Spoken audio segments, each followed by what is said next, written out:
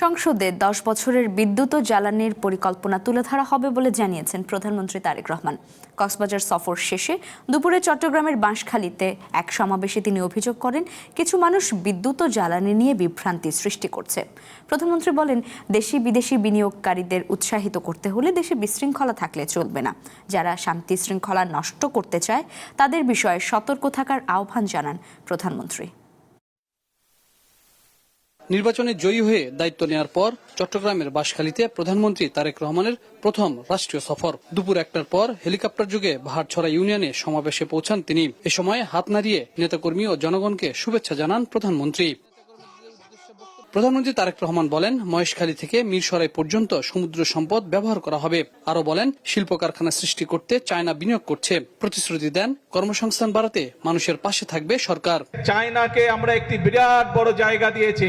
এই যে চায়না থেকে আমি ঘুরে আসলাম, তাদের সাথে আমি কথা বলেছি, সেখানে তারা কয়েক শত মিল কারখানা তৈরি করবে এবং এই মিল কারখানাগুলোতে সমগ্র চট্টগ্রামের মানুষ ইনশাআল্লাহ সেখানে কাজ করার সুযোগ পাবে। প্রধানমন্ত্রী বলেন, বিগত ফ্যাসিস্ট সরকার বিদ্যুৎ খাতকে ধ্বংস করেছে। কিছু কিছু মানুষ বিদ্যুৎ ও জ্বালানি নিয়ে বিভ্রান্তি ছড়াচ্ছে। বিভ্রান্তি সৃষ্টিকারীদের বিরুদ্ধে সতর্ক থাকার পরামর্শ দেন তারেক রহমান। বিগত স্বৈরাচার আমলে এই দেশের জ্বালানি বা বিদ্যুৎ খাতকে কয়েকটি গুটি সংখ্যক ব্যক্তির হাতে তুলে দেওয়া হয়েছিল।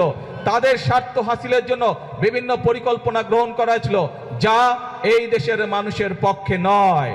খুব স্বাভাবিকভাবে সেই জ্বালানি ব্যবস্থা বা বিদ্যুৎ ব্যবস্থা যেটি অপরিকল্পিতভাবে যেই ব্যবস্থা গুটি কয়েক মানুষকে সুবিধা দিয়েছিল, সেটি যদি জনগণের স্বার্থে সেই পরিকল্পনা করতে হয়, স্বাভাবিকভাবে কিছু সময়ের প্রয়োজন। প্রধানমন্ত্রী বলেন, বাংলাদেশের পরে অনেক দেশ স্বাধীন হয়ে এগিয়ে গেছে, কিন্তু বাংলাদেশ অনেক পিছিয়ে আছে। দেশকে এগিয়ে নিতে হলে দরকার শান্তি শৃঙ্খলা রক্ষা করা। যারা বিশৃঙ্খলা সৃষ্টি করতে চায় তাদের বিরুদ্ধে সতর্ক থাকার আহ্বান জানান তিনি। বিভ্রান্তকারীরা যদি বিভ্রান্ত করার সুযোগ পায়, ক্ষতিগ্রস্ত হবে জনগণ। বিভ্রান্তকারী যারা, তারা তো নিজেদের মতন করে চলে যাবে, তারা তো জনগণের সাথে থাকবে না।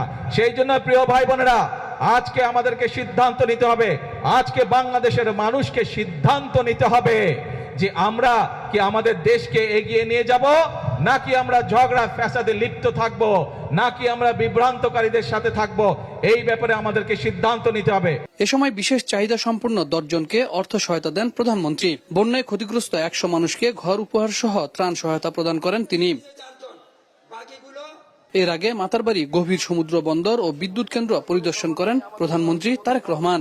সব ধরনের দুর্যোগে বাঁশখালীর যে মানুষরা রয়েছেন তারা বিপদগ্রস্ত হয়, ঘর বাড়ি হারিয়ে অনেকেই নিঃস্ব হয়ে যায়।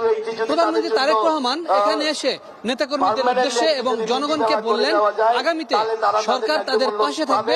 যে কোনো দুর্যোগ কিংবা যে কোনো সমস্যায় সরকার তাদের পাশে থেকে তাদের জীবনমান উন্নয়ন করবে।